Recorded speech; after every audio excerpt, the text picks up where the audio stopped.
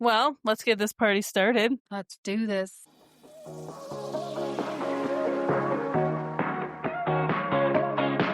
Hi guys, I'm Krista and this is my big sister Stacey and this is Sister's Social Call. We are two sisters talking about everything that sisters talk about. Welcome to our lives.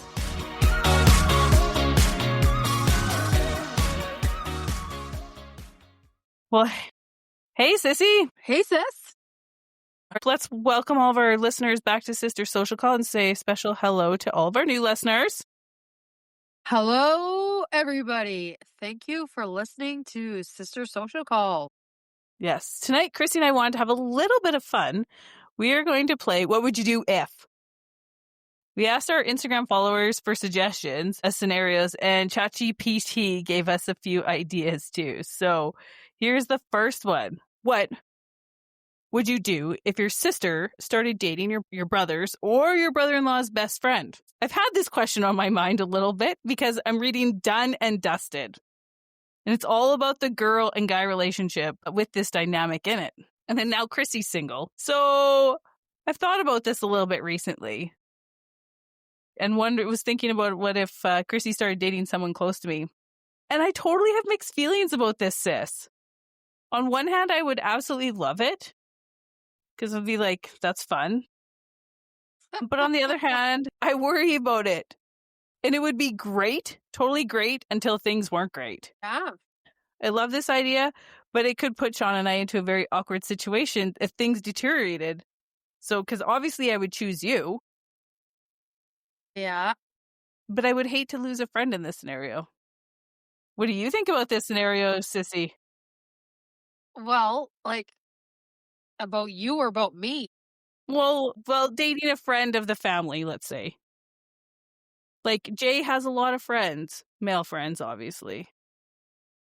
This is a tough question for me to answer right now because I still can't really think about dating. Fair. So it's kind of a weird time for me to even ask that. But just hypothetically saying, I honestly think that would be a good option because in what I do know about moving forward in my dating life is that I truly want to be with someone who is my best, like who's a friend, a really great friend to me, very first and foremost, before anything happens. So part of me is like, well, that would kind of work out, like, but also, yeah, same thing. It's like that would suck for anybody if I was dating anybody's friend and something didn't work out. Even with Mark, it's like I haven't ever been, it's fine and it's not uncomfortable or awkward. And I'd never make anybody choose him or whatever. And even with my ex husband, like with Ryan, Dad and Uncle Roger still see him on a regular basis or talk to him on a regular basis. Like I've never ever been like, no, you can't talk to him, whatever. Like, no, that's totally not my jam at all. Mm-hmm. At all. Like, that's not my style. So, but I don't know. It's funny that this question has been crossing your mind lately. Well, even when our in-laws become our outlaws, they still are part of our family. Even one of our uncles, who's no longer married to our aunt, was at a family function recently with us when I was in Regina. So, yeah, like, I think it can be done. For sure. Well, and I truly think that's really how you meet people organically these days. For me, I have zero interest in ever getting on an online dating app again. My vibration is way too high for that shit. I cannot put myself on that. Like I will not. So I think like that's just pretty much like how I'm going to meet somebody is organically through a friend of a friend of a family member, something like that. But it's just so hard for me to even think about stuff like that because I think would compare everybody to Mark. It's hard to think about that, but I don't know. I think in the future, it's probably going to end up how it will be. Like, I'll just end up meeting somebody through friends or family or whatever. The good old way. The good old way. Because I truly, most importantly, out of anything, I really want to foster that friendship with somebody, that like really deep connection with somebody before it turns into a relationship. So I just think that's how it's probably going to end up happening. That's good. But don't ever feel if ever that happens, we'll just touch base on this right now. We'll have a sisterly chat. If ever that happens, you can be very honest and real with me and set some strong boundaries, and I won't be mad at you. All right. Do you want to ask me the next question? Yeah. Okay. What would you do, sis, if you found out that Shawn kept a small secret savings account? He had a little kitty stashed away. Okay, well, we actually have kept our finances separate all of these years. So he kind of does have a small secret savings account all along. But sometimes he gets tip money. And like, I want the tip money. I want the tip money to go into our common fund. I don't know if I feel right about that. I think that's Shawn money. Yeah, but sometimes we could use the cash in the house. But anyhow. Okay, well, see, this is why we're having the what would you do if conversation. So anyways, we've kept our finances separate all of these years, and he does have his own little savings account, and that's pretty much what funds his very expensive biking habit, which is like less expensive than cars, habits, or any other vices. So but it does feel like it's a lot. But anyways, that's what he has used our whole marriage, our whole time together is like his little savings account. But after all of these years, we have actually decided to combine our finances. Woo, big step. That's Totally. real commitment there. You guys have really launched into a new level of your relationship. Yeah, totally. So why now? So Shawn and I have two pretty big goals that we need to get a handle on over the next like 10-ish or so years. So A, we want to pay off our mortgage. And B, we want to buy a truck. And for anyone who has been out car shopping, they are like astronomical, the cost of vehicles these days. Shawn and I have never had a car payment. We've always been able to purchase our vehicles outright. So to put a car payment into like a part of at this stage of our relationship would be really hard. So we just want to get saving on it. But like, it doesn't matter. It's saving up front or paying it down afterwards. But we feel like if we can combine our finances and start saving together, we probably could get on track a little bit more, like super laser focused on those two goals. We make a lot less money in BC and it's a lot more expensive to live here. So I'm sure we'll still have small savings to ourselves. Shawn with his bikes, me for travel, but we're going to need to get the vast majority of our money going straight into bills and or savings, like short-term and long-term savings. Yeah, and when I've been listening to Dave Ramsey, if anybody needs like financial inspiration, I would like highly recommend Dave Ramsey. I also highly recommend Zena, my financial advisor, and she was on one of our earlier episodes. But if you really just want something that's pretty regular and really basic, like I really enjoy his philosophy on money, and they really promote one joint bank account for transparency and trust reasons. I've never had issues with Shawn, but it's just like now we really need to work together to get those things happening. So I think we were going to plan for November to combine our finances and get this started for the new year. But with me being on strike, it's just maybe it's more urgent than ever right now to combine our finances, but I don't really feel like that. I don't think we need any more upheaval in our lives right now or changes until our contract is settled and back to regular paychecks. Yeah, so it's kind of what I'm thinking about. Sis, have you ever combined your finances with your partner? Like Ryan, did you do that ever? Or did you guys keep it separate too? No. No, what? No, we did not ever combine our finances. I paid for everything and he gave me $1,000 a month. Like he was my renter. That's the other thing that they talk about on the Dave Ramsey podcast is like it does create that type of a relationship if it's not all joined. Yeah. Would you consider joining bank account, like joint finances now? If you're in a long-term, even a second marriage? Yeah, I would. I think there would definitely be some conversations about it, but I mean, yeah, I would be open-minded to it for sure. I would definitely love to still have like my own mad money. That's like, I don't feel bad about spending it on whatever. So, um, I think that, yeah, I don't know.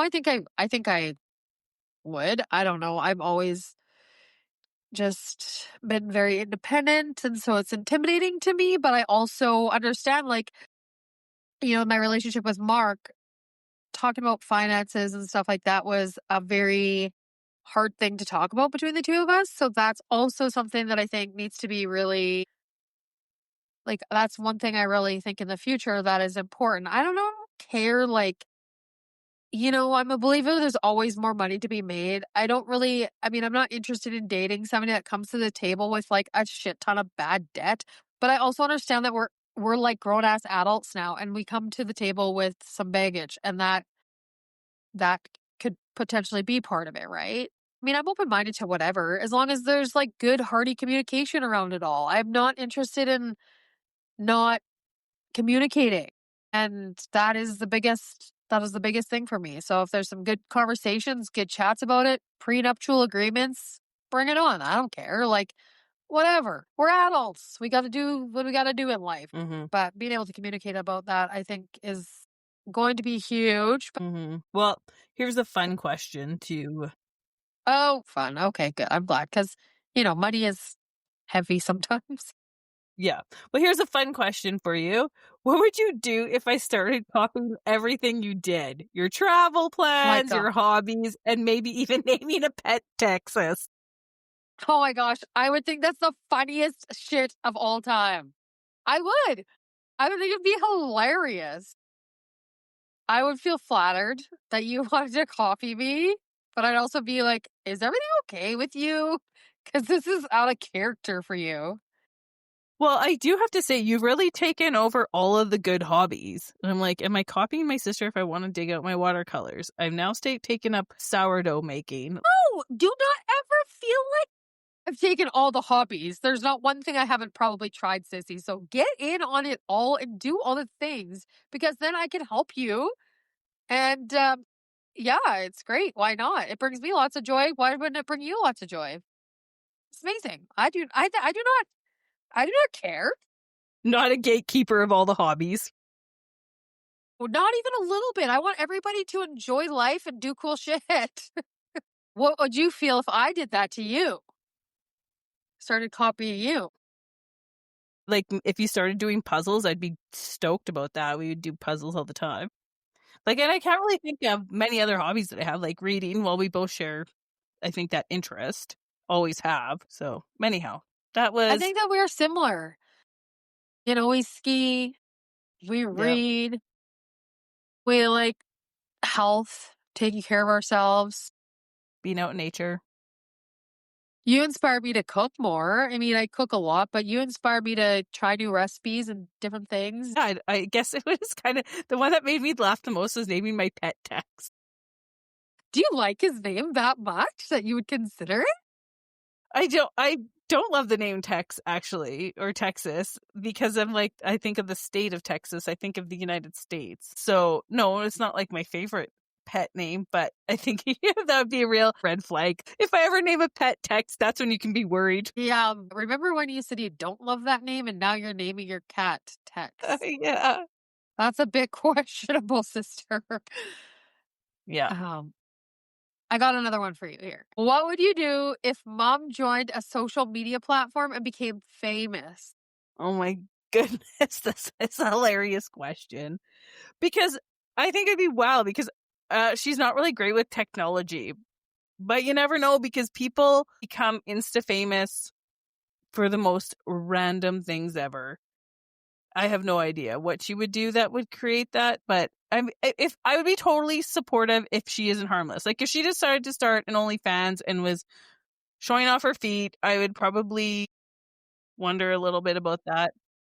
But people are wild and crazy. But yeah, I would wonder if she started like something like that. I'm like, what the hell's going on here, Oh my Mom? gosh. I would really have to embrace the let them theory. You know what instantly popped into my head about weird shit that happens on OnlyFans? God only knows what. Farts in a jar. Is that a thing? I think so. I think it is. So imagine mom being famous. Farts in a jar and then sending them to her OnlyFans subscriber. Like a mason jar that says mum farts. You know what you're getting for Christmas now. J2. Sorry, Mom. Oh. Anyhow. There's like weird things that happen on there. I've never been, but seriously, you see some crazy stuff. I've actually never been on OnlyFans. Like, can you just like snoop around? I haven't either, but on TikTok, there's like, you randomly see these weird things. Anyway, but people make good money on OnlyFans, so. Anyhow, okay. I got another one for you. I don't know. I don't know if I can handle one yet. This one's not a funny one. This is more serious. Okay. All right. Okay. What would you do if you overheard your friend talking about you? They weren't being cruel, but honest. I'm okay with that. I know you would be. Like, everybody can have their thoughts and opinions. I know you would talk to them about it too. I would for sure be like, hey, I overheard you guys chatting about me. I've done that once before. Like, if you have something to say, come say it to my face. What about you? How do you feel about that? I'm not like you in that I would go up and say something to them. No, I know. That's where I think we are very different. You do definitely take things head on more than I do. So it would probably hurt initially. And I would probably have to think about that quite a lot. And for some time, how I'd want to tackle that before I would actually have to have a conversation. I guess depending the context, like the content of the conversation, I might just let it slide also. Yeah, there's been times that I've done that as well. I think especially as I get older, it's just like, it's not even worth my time. I think now there's a lot of times where I'm just like, just let it be so. Everybody's allowed to have their thoughts and talk what they want to talk about. And I don't necessarily need to be privy on all those things. I know that we're very different in that sense, for sure. Anyways, here is your opportunity to ask me one question.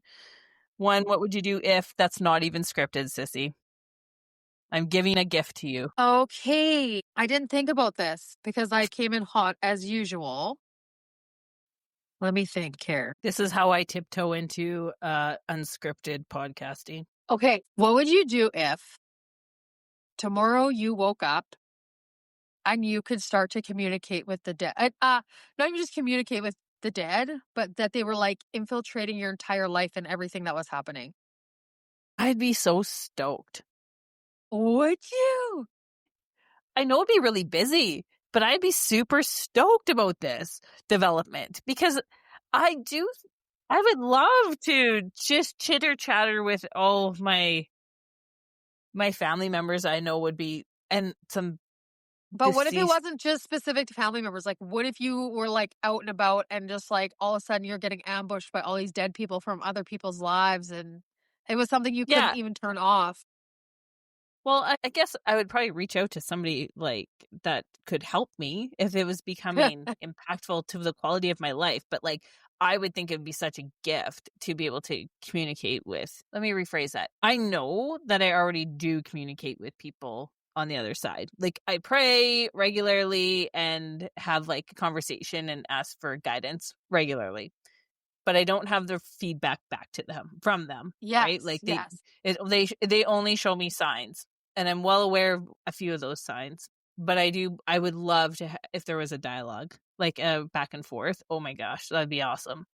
If I was being infiltrated and it impacted the quality of my life, well, then I would probably have to reach out to some other mediums and be like, what do I do? How do I stop this? Like, because I don't want it all the time. But I'd be like super stoked if I was able to have dialogue with the other side. Very cool.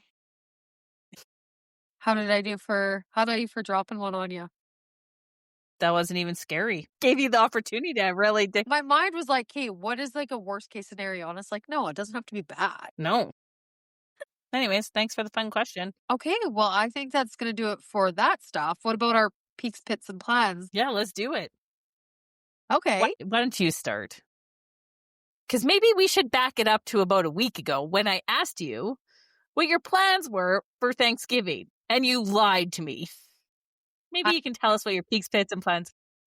I blatantly lied to my sister and to all of you listeners on Sister Social Call. Sorry, I'm going to apologize for that, but I was in the midst of planning a great surprise on my sister. And I was really struggling to keep it a secret. It sucked. It was hard. I almost blew it a couple times. But I didn't. So sorry about that, you guys. My apologies. I'm not a liar, and it's a very hard thing for me to do. I actually felt I was not happy with that. In fact, I think I was like messaging Brother Neil being like, oh, fuck, I just lied on the podcast. Okay, so why don't you tell everybody what happened? So Stacey was home here in September, as you all know, and she was like, why don't you come out to Invermere for Thanksgiving weekend, because I'm finally going to be all done at the farm. And I was just like, Stacey, I need some time at home. I am so exhausted, like emotionally, physically. I'm drained. I need some time. So she was, she was like, okay, yeah, okay. She was good. And so that happened. And then I was like, I don't even think I've really actually told you how this all went down, sis, how the whole surprise thing went down. Okay, so this is great. So anyway, she left and I got thinking about it. I'm like, why the hell would I not go? What am I going to do? Stay home? Like, of course, spend time here with my family. And then I was just thinking, this is like, this is meant for me to do this. She asked me, and then I just thought, oh my gosh, I'm going to surprise her. So I get a hold of Mom. I'm like, Mom, what do you think? Like, should I surprise Stacey out in Invermere? She's like, well, yeah, you definitely should. I'm like, okay, well, I'll have to like talk to Neil and see if he's down with giving me a drive. But I was like, I'm going to think about it for a couple days. Literally think about it for a couple days.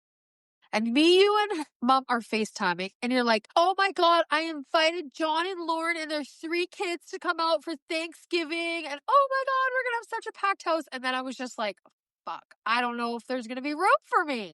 So panic texting Shawn as this is going down. I'm like, Shawn, I was going to surprise Stacey, and she just told me that all these people are going to be there. What do you think I should do? And Shawn's like, you need to still come. Oh my God, it'll be so much fun. You have to come. So then once Shawn was all pumped up about it, I was like, okay, I better message Neil. And so then I messaged Neil and I was just like, hey, this is what happened. I was thinking of surprising Stacey, but then she dropped the bomb on me that John and Lauren, all the kids are coming, and I wasn't sure, but Shawn thinks I should still come. So would you be interested? Like, would you be okay if I hopped a ride with you? And I said, and if you're not, perhaps we could swing it that you could like pick me up in Calgary or something, and then I'll just fly it or whatever. And he's like, no, absolutely not. I'm like, that'll be great. That's a great plan. So I was like, okay, sweet. I've only met Brother Neil once in my life in person.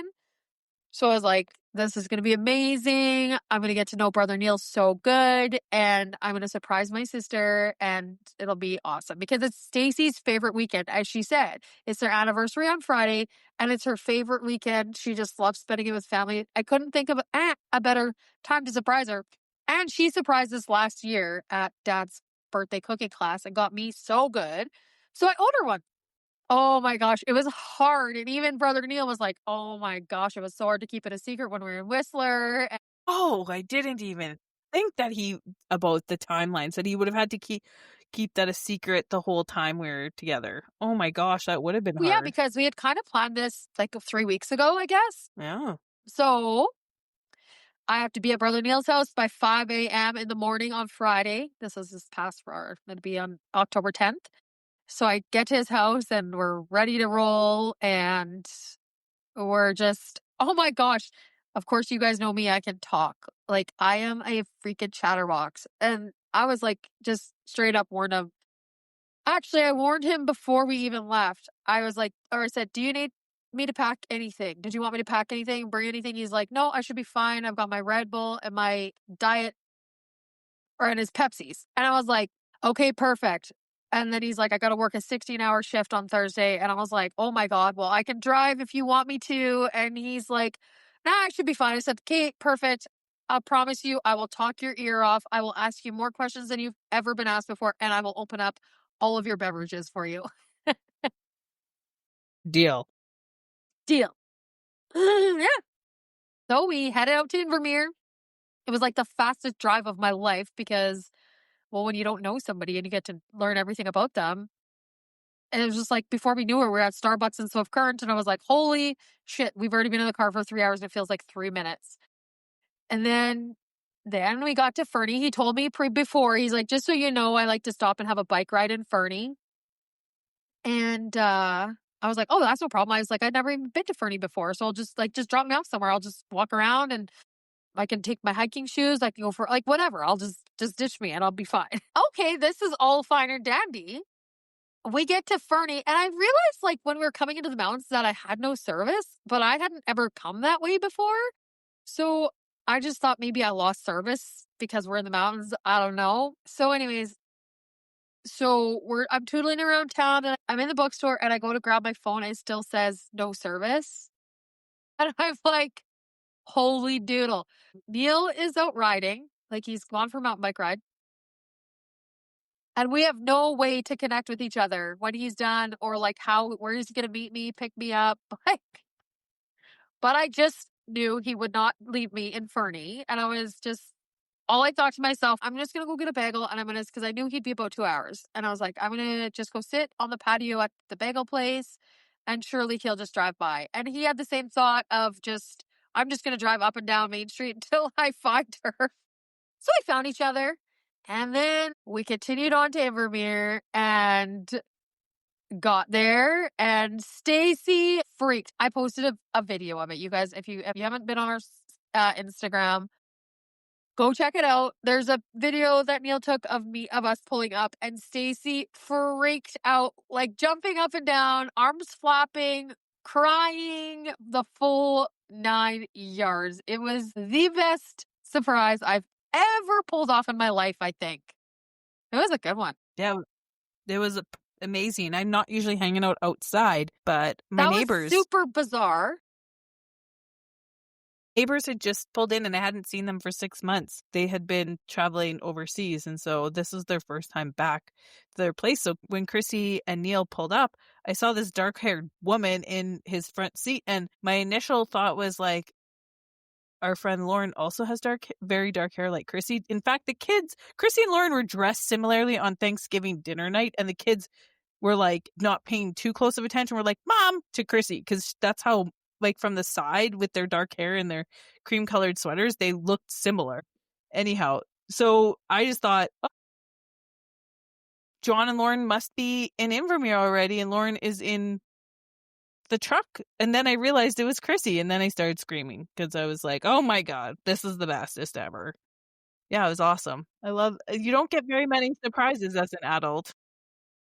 Yeah, and it was so funny because people have been like, oh my gosh, like how awesome is that? You and your sister just saw each other and she was that excited to see you. Like that's pretty freaking special. I was like, oh yeah, like we get pumped every time. It doesn't even matter if it's been a day or 2 weeks or a year. I would say that even about our phone calls and our podcast, we get excited to talk to each other like every day and podcast. It's the whole thing. We are so fortunate to have each other for sure. So totally. So that was obviously, I have no pits, but my peaks, like the whole entire weekend just was so phenomenal. Again, it's just one of those things, I've not done something like that sober. So it's just like one of those things where you truly get to feel and experience so truly for what it is. So it was like, I got to meet new people, like your really close friends. I got to meet them and it was just, I felt like I could really live in the moment and get to know them. We went up this hike with John and Lauren and their 3 kids, and it just felt like I had known them forever. And just even us walking around town and visiting and, us going to Kicking Horse Coffee. And I was just enjoying every minute of the whole entire weekend with everybody there and just truly enjoying it just so authentically. Like it felt so good. And it's something that I haven't done. That's not something that I've done living my clean, sober life. And it was awesome. And it was just so good. Like every bit of it. Thanksgiving supper. Stacey is like tooling around in her housecoat all day, just getting prepped up, just like her Auntie Jean would. I went for a 9-kilometer long walk. Just then had all these people. We had this big, huge supper table full of people, and Pamina made these incredible cookies to bring for your surprise, and Lauren and them brought the crackers, and I don't know, everything about it was just like so perfect. The whole entire weekend, I was so happy that I went. It was awesome, Stacey. Like, it was the best. So thank you for that. Thank you for such an incredible weekend, and you didn't even know I was coming. That was just like the icing on top of a cake. I knew it was going to be a great weekend already. Like, I was so excited to have a full house, and I talked about that in the last episode. Full house is a full heart for me. I express my love through food, so I got to cook all weekend. The people that I adore, and like definitely Krissy showing up was just an absolute total peak. Is the best surprise ever. Like I said, you just don't get surprises like that as adults. So it was just awesome. It was just awesome. It was just so good for the soul. Honestly, just fabulous. So good. And I've been telling everybody about it this week too. And of course, everybody saw the video online, and people were just like, oh my God, this is so good. Just, yeah. Anyways, it was truly amazing. And then I my plans for the week. I don't have, well, I am. I'm going to go watch Kelly. She's in a a powerlifting competition on Saturday. So I'm going to go check that out for a bit. Mom asked me if I would go help her with some closet doors. So I'm going to go over there. And then maybe I've got free tickets to this Health and Wellness Expo. So I think Mom and I might go check that out. I just got to see what time it is over at. See if that works out. I got FOMO that you and Mom are going to that. Oh, well, I got like 8 free tickets if you decide you want to slide to Saskatchewan for that. Something cool to go check out. So do that. And then I brought back a bunch of green tomatoes from the farm, and I opened up the box and they're all red. I'm like, oh, guess I'm making more salsa this weekend. So I'm going to do that and then just try to pound in as many kilometers as possible, you guys. I'm at like 730 kilometers, I think, that I'm at. So I'm getting there, but I got to put in some big kilometer weekends to accomplish this goal. But I'm going to do it. Okay. That's going to wrap that up for me. What about you, Sissy? Well, I'm not even going to get into peaks because I have no more peaks than what Krissy has already said. It was just an amazing weekend. Pits. Unfortunately, I got 2. I'm still on strike. I just started my second week of being on strike. And, every time that we complain about having to go to work and you don't really want to go to work, this really puts it into perspective that being on strike is worse than being at work. So, yeah, I love my job, so I don't complain about where I work or what I do because I love my job. But, yeah, like being on strike is a very weird experience for me. Anyhow, so the other pit, this was a little bit of a blip on our perfect weekend. Oh, I forgot about this part. Yeah, because we had so much good stuff. Shawn came home from work on Saturday and wasn't feeling well. He said he'd kind of had an upset stomach since about lunchtime. And I said, okay, well, but Shawn doesn't eat very good at work. He doesn't really take a lunch break. He doesn't really nourish his body very well. I was like, well, you should have some supper and get some good food into you. And look at this amazing taco bar that is here. Anyway, so we had supper, and then he's like, I gotta go upstairs and lay down. And then Shawn got progressively worse to the point at about 8:30, 9 o'clock at night. So it's only been a couple hours that I've never seen Shawn in as much pain as I did that night. And I said, you have a choice. You either call your doctor friend and ask him what you should do, or we go to the hospital. So we live across the street from the hospital, and Shawn decided he was going to go to the hospital. And there was nobody in the waiting room, so that was great. So we got in right away, and he was looked at by a nurse pretty quickly. And then between our nurse visit and a doctor visit, Shawn violently vomited. He did vomit at home before he left, and then he violently vomited at the hospital. And then they gave him some anti-inflammatory drugs and anti-nausea meds, and he turned the corner that he was able to feel well enough to come home that night before midnight. So that all happened from basically 6:30 till midnight. Laura and I were powerhouse puzzling. And I was giving regular updates, but yeah, we were just like, he just has never been in so much pain, and he couldn't even lay on his back in the hospital. That was the worst for him. When they were like doing like an assessment, he had to lay on his back. He was just in excruciating pain. So he has an ultrasound that's supposed to be booked to check out his gallbladder. Anyhow, so that was the only pit. We just had like a few hours, like a little scary 6 hours in there with Shawn, but he's on the mend. So yeah, other than that, like the plans for this week, we are still just getting the house back in order. We're getting there. In my extra time that I've been gifted this week, I'm going to work on some future episodes of the podcast. So a couple days ago, I put out a question on Instagram to tell us about your favorite episodes. And I've reached out to some of our very, very, very loyal listeners and asked them what their favorite ones are. But if you guys are listening to this and you hear me saying it, tell me what your favorite episode was, because I'm working on some episodes for late December and early January, kind of our top 5 episodes, favorite episodes from our listeners. So Krissy and I have a couple in the hopper over the holidays, and hoping that we can either take a recording break or just a little bit shorter recording sessions so we can really focus on being present during the holidays. So yeah, reach out. We would love to hear that. So that's just really all I plan on doing this weekend, is getting our house back together and staying close to home and working on the podcast and future podcast things.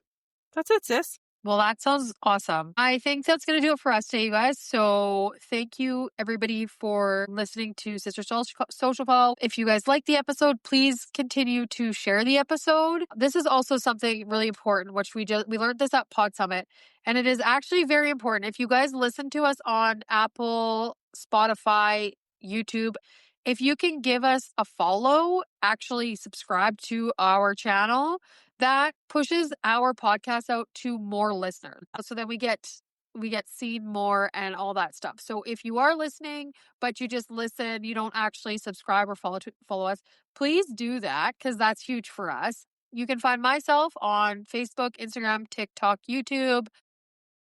Stacey, you can find her on LinkedIn and Facebook, and you can find Sister Social Call on Instagram. And I think that's it. So I think that's going to wrap it up for this episode. Love you, sissy. Love you too, sis.